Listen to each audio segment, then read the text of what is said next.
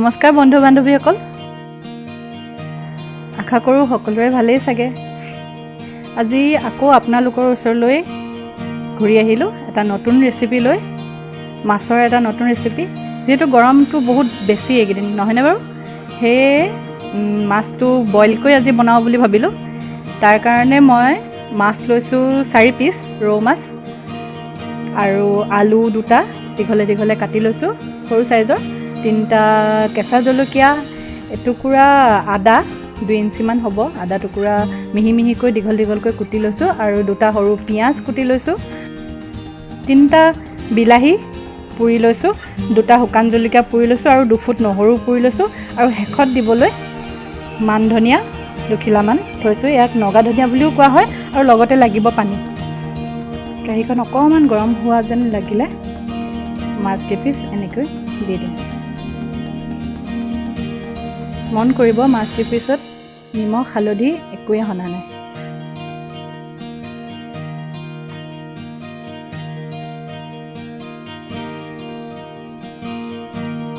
এয়া মাছ 4 পিচ মই এনেকৈ দিছোঁ। 2টা চাইডে অলপ অলপ পোৰা নিচিনা কৰিম।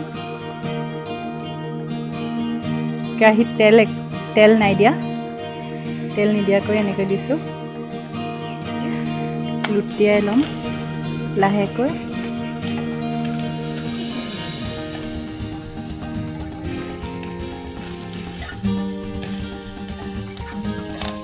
এনেকৈ মাছ কেইপিচ অকণ পুৰা পুৰা নিচিনা কৰি ল'লে গোন্ধটোও ভাল হয় আৰু খাবলৈও ভাল হয়।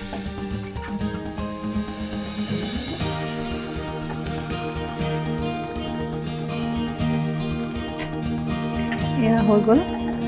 এতিয়া মাছকেইডোখৰ মই উলিয়াই ল'ম কেৰাহীত। এতিয়া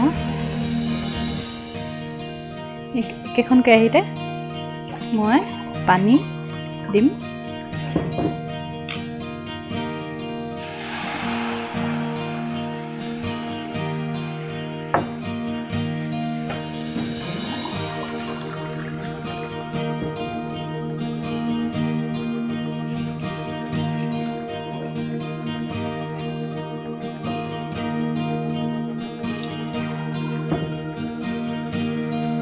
ইয়াত প্ৰায় 2 কাপ পানী দিলোঁ মই। এই পানীখিনিতে এতিয়া সোৱাদ অনুযায়ী নিমখ দিম।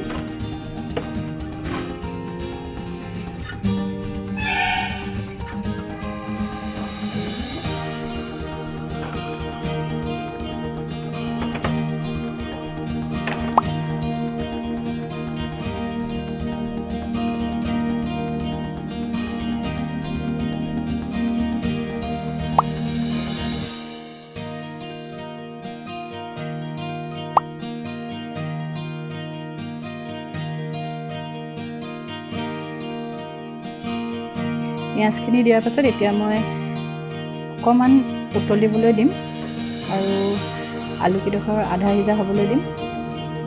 তাৰ কাৰণে মই ঢাকোন মাৰি দিছোঁ। এতিয়া প্ৰায় 5-7 মিনিটমান উতলিবলৈ দিম।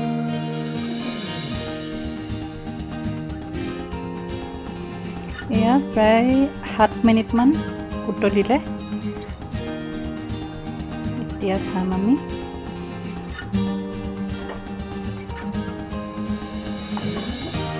আলুবোৰ অলপ অলপ ভিজিছে।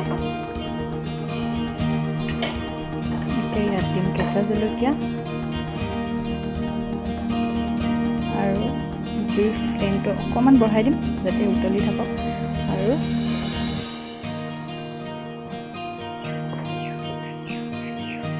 লগতে এতিয়া মাছ কেইপিচ দি দিম।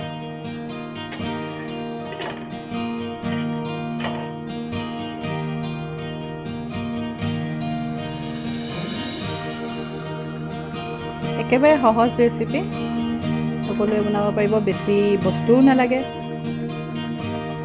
আৰু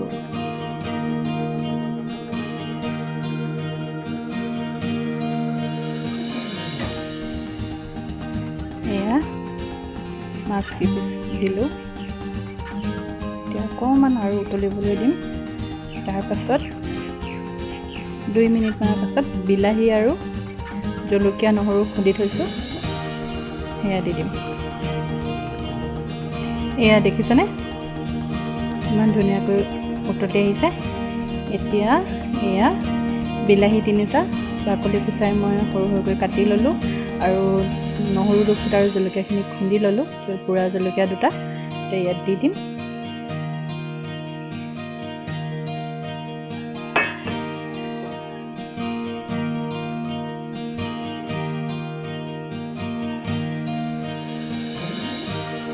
ইচ্ছা কৰিলে আপোনালোকে ইয়াত অকণমান জালুকো দিব পাৰে, কিন্তু গৰমটো যিহেতু বহুত বেছি সেয়ে জালুক মই দিয়া নাই।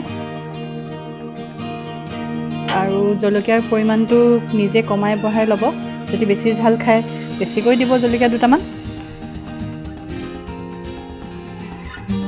এতিয়া মই প্ৰায় 10 মিনিট সময় এইখিনি এনেকৈ উতলি থাকিবলৈ দিম। এতিয়া এনেকৈ সিজি থাকোঁতে মাজতে আলু 2টামান ভাঙি দিম।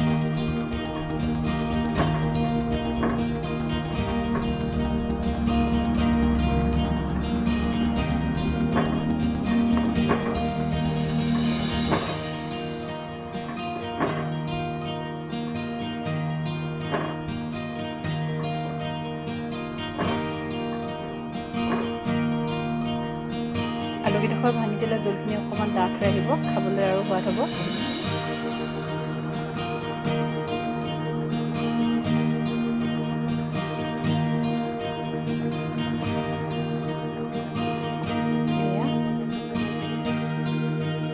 আৰু প্ৰায় 5 মিনিটমান উতলালে হৈ যাব। এতিয়া ইয়াত দি দিম মান ধনিয়াখিনি।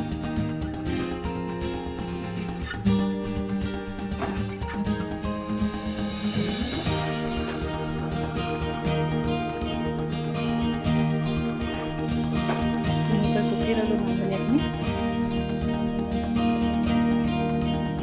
আৰু 5 মিনিট ইয়াত বইল কৰিম আৰু আমাৰ বইল মাছ হৈ যাব ৰেডি।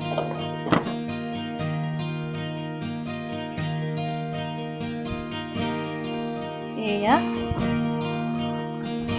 আমাৰ বইল মাছৰ তৰকাৰী। বইল মাছৰ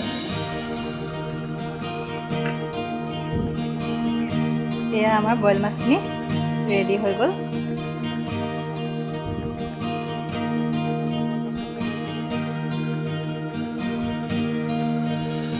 দেখিছেনে দেখিবলৈ ইমান ধুনীয়া হৈছে। এতিয়া গেছটো অফ কৰি দিম। এয়া ইমান ধুনীয়া হৈছে দেখিবলৈ, খাবলৈও ইমানেই টেষ্টি হ'ব।